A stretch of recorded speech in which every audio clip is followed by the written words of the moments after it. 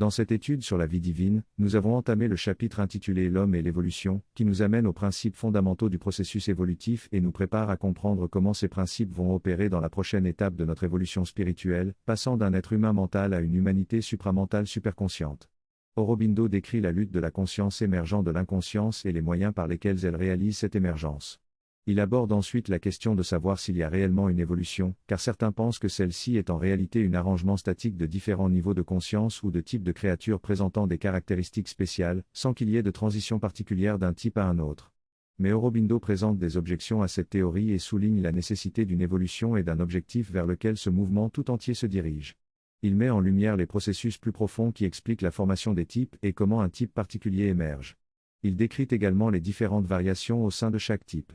Ainsi, bien que sa position puisse sembler contraire à l'évolution, cette perspective offre des insights profonds et pertinents sur la manière dont ces gradations se sont développées. Aurobindo aborde également la question des changements au sein d'un type particulier et discute des différentes étapes de développement présentes dans le corps humain, qui se retrouvent également dans le corps des primates et des animaux quadrupèdes, mais qui ne vont pas au-delà de ces étapes. La présence de ces étapes ne signifie pas nécessairement que nous sommes passés par elles. Dans cet extrait, l'auteur soulève des points importants sur l'évolution. Il évoque l'idée que la nature construit des types plus complexes simplement par commodité, sans qu'il faille y voir une transition d'un type à l'autre. Il mentionne également d'autres forces, en plus de la variation héréditaire, qui peuvent entraîner l'apparition de nouvelles caractéristiques, telles que les forces physiques, nourriture, rayons lumineux, etc., qui sont encore mal comprises.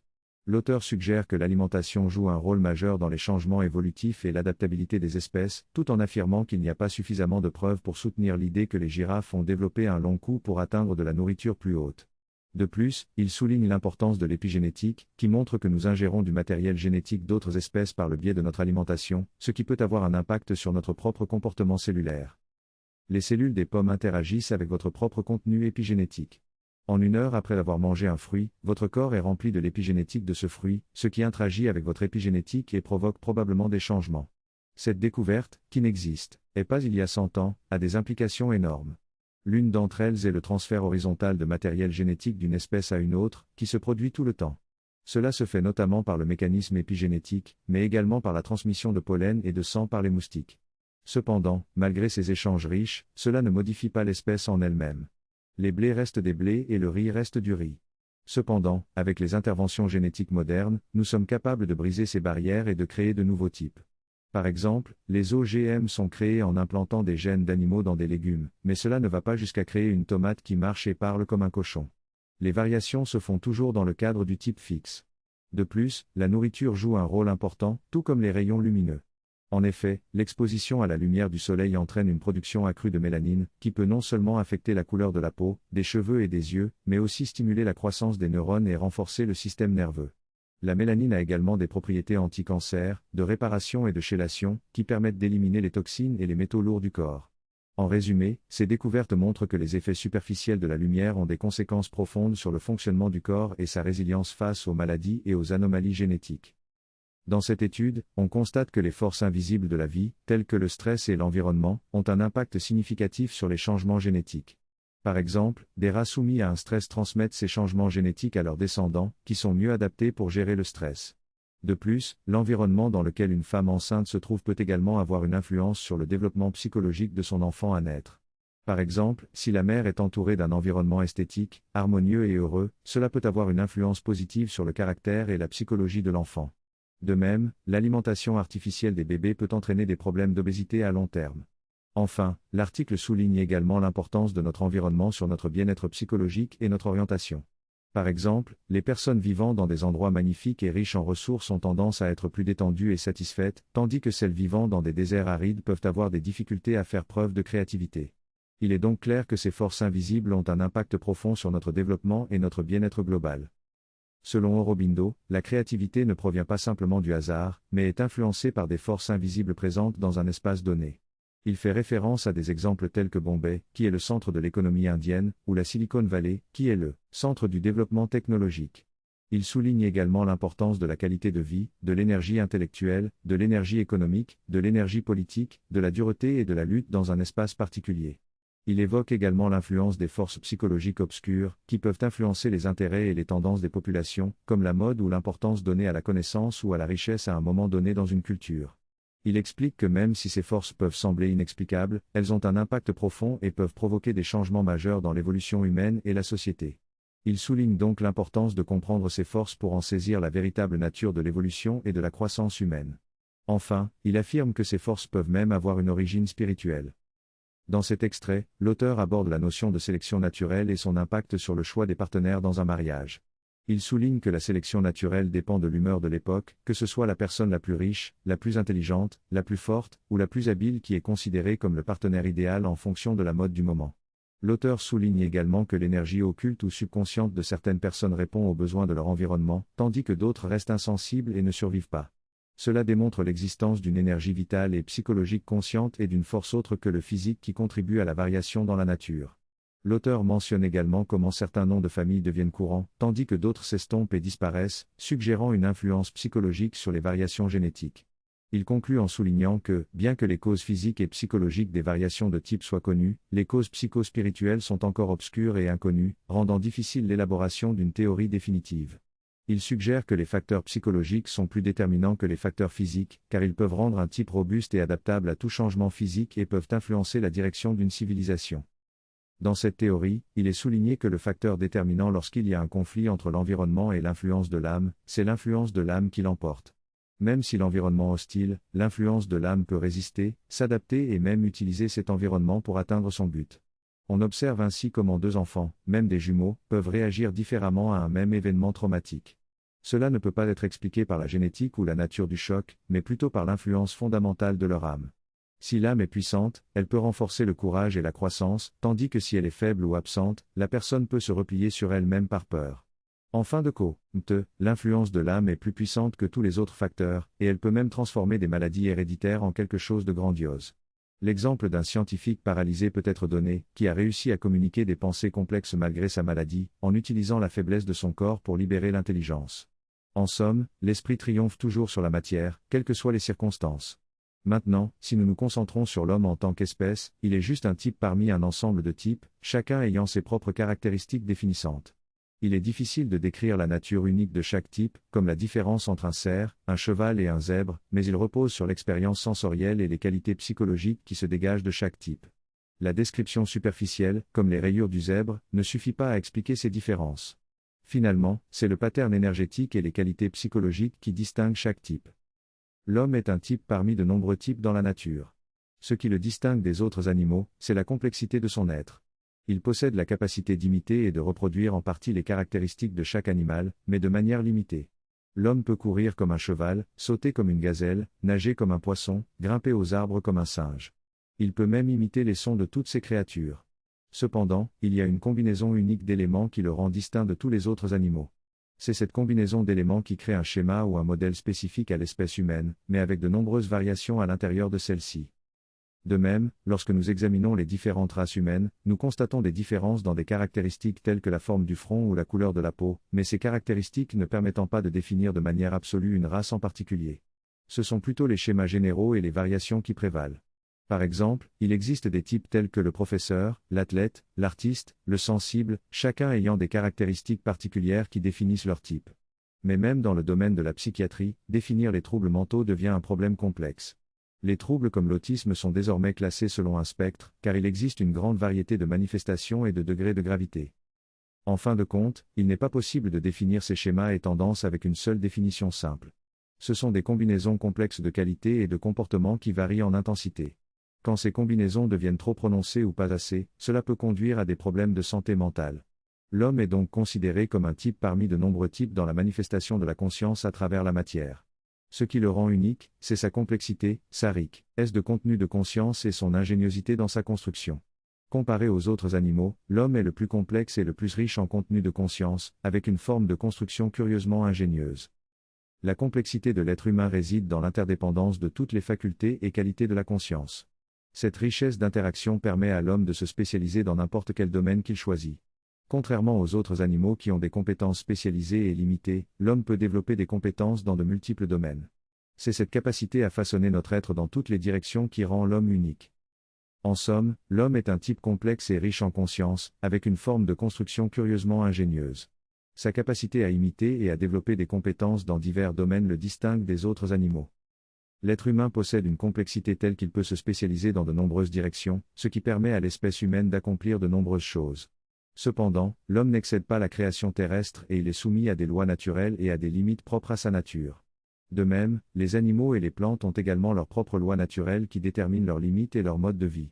Par exemple, un poisson ne peut respirer que dans l'eau, tandis qu'un dauphin peut s'adapter à un environnement moins salin et interagir de manière plus complexe avec les humains.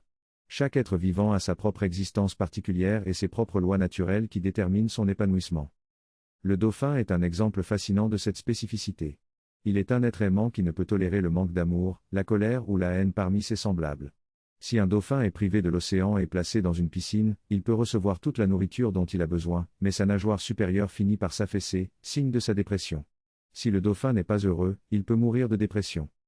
Dans une étude sur les dauphins, il a été observé que lorsqu'on stimule la partie de leur cerveau associée à la colère, ils expriment d'abord de la surprise, puis ils choisissent de ne pas se mettre en colère et parviennent à maîtriser leur colère. Cette capacité de choix est encore plus complexe que chez l'être humain qui, souvent, ne parvient pas à retenir sa colère aussi facilement. La formation des dauphins nécessite une approche basée uniquement sur l'amour car les techniques de récompense et de punition ne fonctionnent pas avec eux. La punition conduit à leur dépression, alors seule une approche basée sur l'amour et l'affection est efficace pour les éduquer. Cela montre qu'il est possible de former quelqu'un sans utiliser la peur ou la punition, uniquement avec l'amour et l'affection. Cette approche devrait être appliquée dans la société humaine. Les dauphins sont un exemple évident de la manière dont le respect de leur nature propre permet leur épanouissement, et cela est également valable pour tous les êtres vivants. En tant qu'être humain, notre complexité est encore plus grande car nous sommes à la fois des êtres mentaux et vivants. Nous ne pouvons pas revenir à une existence basée sur les instincts et les émotions comme les grands singes. Nous devons respecter notre propre nature et chercher notre épanouissement en tant qu'être humain. L'être humain doit être mental pour être considéré comme humain. L'esprit est destiné à se développer et à atteindre la perfection, en cherchant constamment à dépasser ses limites. La vérité est la référence dans le domaine du savoir, tandis que la beauté est importante dans le domaine de la forme physique. Chaque niveau de conscience a sa propre vérité inhérente, sa propre vocation. Au sein de chaque race humaine, il existe des variations de cette vocation. La diversité des activités humaines et la satisfaction de chaque individu dans sa propre vocation contribuent à la richesse de l'humanité. La variété génétique de l'espèce humaine est essentielle pour sa survie, car un appauvrissement de cette diversité peut conduire à l'extinction. Cependant, l'être humain dispose d'une base génétique suffisamment plastique pour permettre une grande variété de types psychologiques. Ainsi, avec cette base génétique, il est possible de développer une diversité psychologique plus large et plus flexible. Il est donc crucial d'exposer les enfants à une variété d'expériences dès leur plus jeune âge afin de favoriser leur développement psychologique et de cultiver leur épanouissement personnel. Finalement, chacun doit trouver sa propre manière de s'épanouir et de trouver sa joie d'être. Dans le domaine de l'éducation, l'idée de l'éducation universelle est récente. Auparavant, chacun recevait l'éducation spécifique dont il avait besoin, mais désormais, l'idée est que tout le monde doit passer par les mêmes programmes, les mêmes activités. Cependant, si l'éducation elle-même devient étroite, nous avons manqué le point. Il est important de fournir une expérience complète à tous, mais en même temps, chaque individu a ses propres limites et sa propre voie de développement. Il est impossible de dépasser ces limites, car cela serait contraire à notre nature humaine. Atteindre la perfection en tant qu'être humain signifie atteindre la perfection de notre propre nature mentale, sans transcender cette nature. Devenir un surhomme ou acquérir les capacités divines serait impossible. Chaque forme et chaque manière d'être a sa propre façon appropriée de trouver la joie d'être. Il est vital que chacun trouve sa propre voie de croissance et de satisfaction, car si l'on s'en éloigne, on perd la joie et l'enthousiasme nécessaires pour continuer à se développer. Il vaut mieux échouer en suivant sa propre voie plutôt que de réussir en adoptant la voie de quelqu'un d'autre. Il est fréquent de voir des individus apparemment réussis souffrir des dépressions ou de sentiments d'insatisfaction parce qu'ils ont suivi une voie qui n'était pas la leur. Il est essentiel de suivre notre propre chemin pour éprouver la satisfaction et la joie de grandir et de s'épanouir. Dans cet extrait, l'auteur aborde le sujet de trouver sa voie dans la vie. Il remet en question le système éducatif qui se base uniquement sur les résultats académiques, sans prendre en compte la motivation intérieure des individus. Il souligne que de nombreux enfants se rebellent contre ce système imposé, ce qui peut entraîner des problèmes psychologiques. L'auteur souligne également l'importance de trouver une carrière qui correspond à sa nature et à ses talents, afin de pouvoir connaître une véritable satisfaction et épanouissement. Il met en avant 3 éléments clés: maîtrise, utilisation et appréciation de l'environnement. Il explique que l'enjouement et la joie de vivre sont essentiels pour trouver du sens dans la vie et maintenir une bonne santé. Enfin, il conclut en précisant qu'aspirer à quelque chose au-delà de la nature mentale de l'individu serait introduire un élément téléologique dans l'existence, sans preuve tangible de son existence. Dans ce texte, l'auteur discute de l'émergence potentielle d'un surhomme à partir de l'humanité. Il soutient qu'il n'y a pas de signe d'une intention de la part de la nature pour qu'un être supérieur se développe à partir de l'être humain. Cependant, il reconnaît que si un être supérieur est prévu, il ne peut pas émaner de l'homme lui-même, mais plutôt de quelques individus qui se détachent de la race humaine pour devenir une première base pour ce nouveau modèle d'être. L'auteur fait référence à l'idée que certains individus, par leur aspiration et leur désir de croissance vers une conscience supérieure, peuvent connaître une émergence accélérée vers un nouvel état de conscience. Cependant, il note également que pour la partie de l'humanité qui ne ressent pas cette aspiration, il y aura un retour à la mentalité la plus basse et un maintien de cet état. En conséquence, une nouvelle espèce, ou un type d'être supra-humain, émergera, vivant dans une conscience qui connaît la vérité à chaque étape. Ce nouvel être vivra selon une conscience révélée, semblable à ce que l'animal est pour l'homme actuellement en termes de conscience. Quel que soit son niveau actuel de développement, il y aura une évolution des capacités même au sein de l'être supramental. Cependant, la base de cela ne sera pas l'intellect mental, mais la conscience supramentale, dont l'intuition est un lien intermédiaire. L'intellect humain peut accéder à l'intuition, qui est une version limitée de la conscience sacramentelle, qui est elle-même infinie. L'intellect est donc une projection finie de cette conscience. Ainsi, l'intuition est un point de liaison permettant d'accéder au supramental. Ce que l'on observe aujourd'hui chez l'ensemble de l'humanité, c'est une tendance chez la partie supérieure de l'humanité, à chercher à accéder à cette intuition, tandis que la partie moins intéressée ou moins aspirante de l'humanité y est moins sensible. Lorsque l'intuition est présente, elle permet de réaliser des choses étonnantes et parfois fulgurantes. Par exemple, il y a des personnes qui ont développé la capacité de couper des objets lancés avec un sabre japonais. Elles peuvent couper un fruit en deux sans difficulté, mais elles peuvent également trancher une balle lancée à grande vitesse, avant même que le signal sonore n'atteigne le cerveau et que les muscles ne réagissent. Cela semble impossible sur le plan physique ou biologique, mais ces personnes réussissent à le faire grâce au pouvoir intuitif. Cet exemple montre comment la conscience humaine peut élever ses capacités au-delà de l'intellect. L'intuition est une ouverture vers une conscience supérieure. Cela peut être le point de passage vers une conscience encore plus élevée, permettant ainsi une transition vers une nouvelle forme de conscience. La beauté de l'espèce humaine réside dans sa capacité à dépasser ses limites en matière de conscience. Toutefois, pour atteindre des niveaux de conscience encore plus élevés, il faudra éventuellement transcender l'esprit et le corps. Cela montre que l'humanité possède en elle la plasticité nécessaire pour dépasser les limitations de la conscience, et c'est là toute sa beauté. Dans ce texte, l'auteur explique que même si la plupart des êtres humains restent limités à leur type, certains ont la capacité de se détacher de cette condition et de progresser vers une conscience supramentale. Cette évolution ne concerne pas toute l'humanité, mais plutôt un nombre significatif d'individus qui deviennent les fondements d'un nouveau schéma d'être.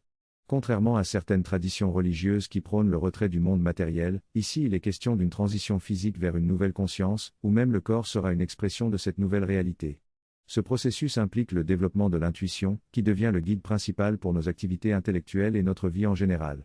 Il est possible que cette transition soit progressive et qu'elle passe par différentes étapes avant d'atteindre une réalisation complète.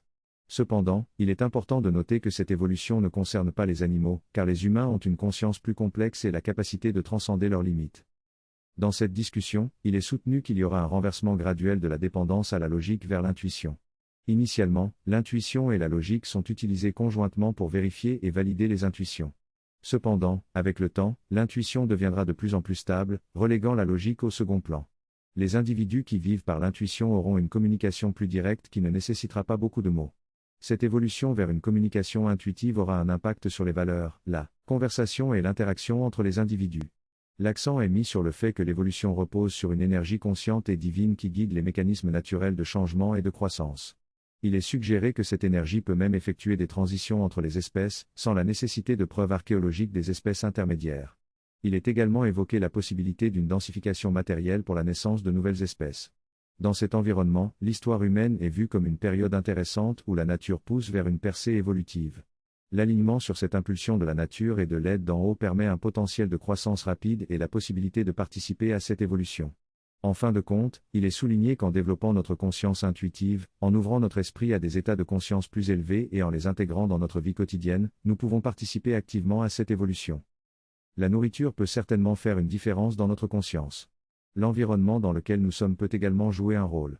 Ce qui fonctionnerait le mieux pour nous serait ce qui permet à notre conscience de devenir plus raffinée, plus éveillée, ce qui nous permet de recevoir des niveaux de conscience plus élevés et de les incarner plus facilement. L'expérience de la nourriture britannique nous montrera clairement quels aliments nous rendent plus grossiers et apathiques, et quels aliments nous rendent plus conscients. Chacun doit trouver sa propre voie, il n'y a pas de règle commune. Devenir végétarien ne signifie pas nécessairement être plus conscient, mais cela peut aider. Tout peut être bénéfique, mais il est important de comprendre notre propre type de corps et d'agir en conséquence, sans déséquilibrer notre organisme. Il est possible que certaines personnes aient besoin d'aliments non végétariens, mais elles peuvent apprendre à dépasser ce besoin. Commencer avec des petits changements pratiques dans notre alimentation qui nous rendent plus conscients et plus efficaces dans notre alignement avec la présence divine est une approche raisonnable. L'expérience personnelle est notre référence, et c'est pourquoi Sri Aurobindo et la mère n'insistent pas particulièrement sur ces questions. Tout a une utilité dans la mesure où cela aide à la croissance de la conscience, et nous devons nous en débarrasser si cela entrave notre croissance. Notre priorité doit toujours être la croissance de notre conscience, car changer de régime alimentaire ne garantit pas nécessairement un changement de conscience. Nous devons garder cette profonde intention à l'esprit dans tout ce que nous faisons dans la vie.